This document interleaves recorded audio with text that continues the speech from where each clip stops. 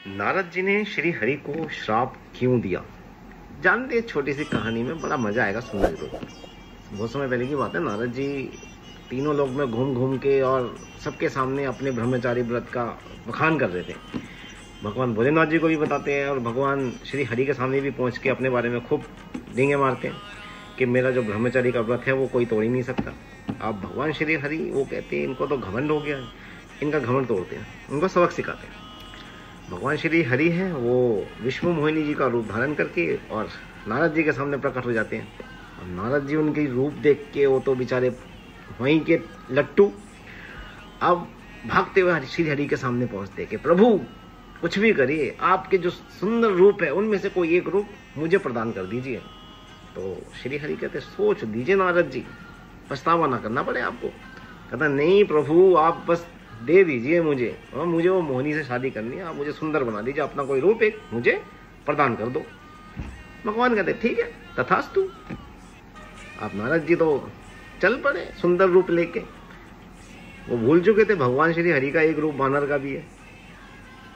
पहुंच जाते हैं विष्णु मोहिनी जी के महल में जहां पर उनकी वरमाला का प्रोग्राम चल रहा था।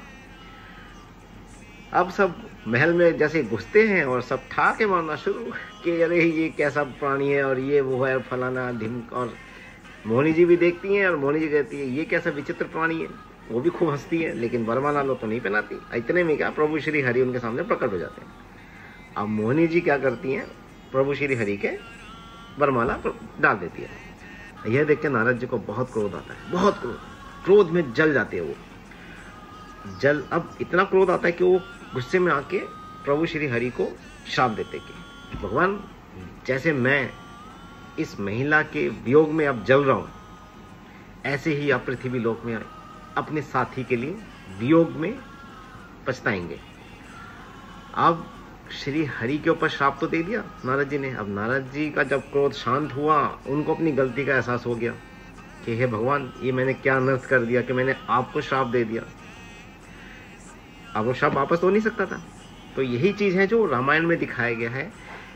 माता सीता जब वनवास से वापस आती हैं और जब लव कुश उनके गर्भ में होते हैं, वो किस तरह से जंगल चली जाती है, महर्षि श्री वाल्मीकि जी के आश्रम में रहती हैं।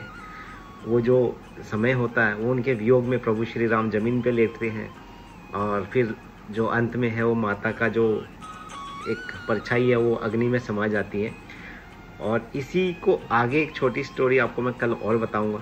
ऐसी छोटी छोटी स्टोरी जानने के लिए मेरे चैनल को फॉलो कर दीजिए। जाने से पहले एक बात और बता देता हूँ, गुस्सा कभी नहीं करिए। और अगर गुस्सा करते हैं उस टाइम आप जो बोलते हैं, जो वाणी का प्रयोग करते हैं, उस पर आप एक बार विचार जरूर करें, क्योंकि गुस्से में कही गई बात कभी अनर्थ भी हो जाता है। नमस्कार।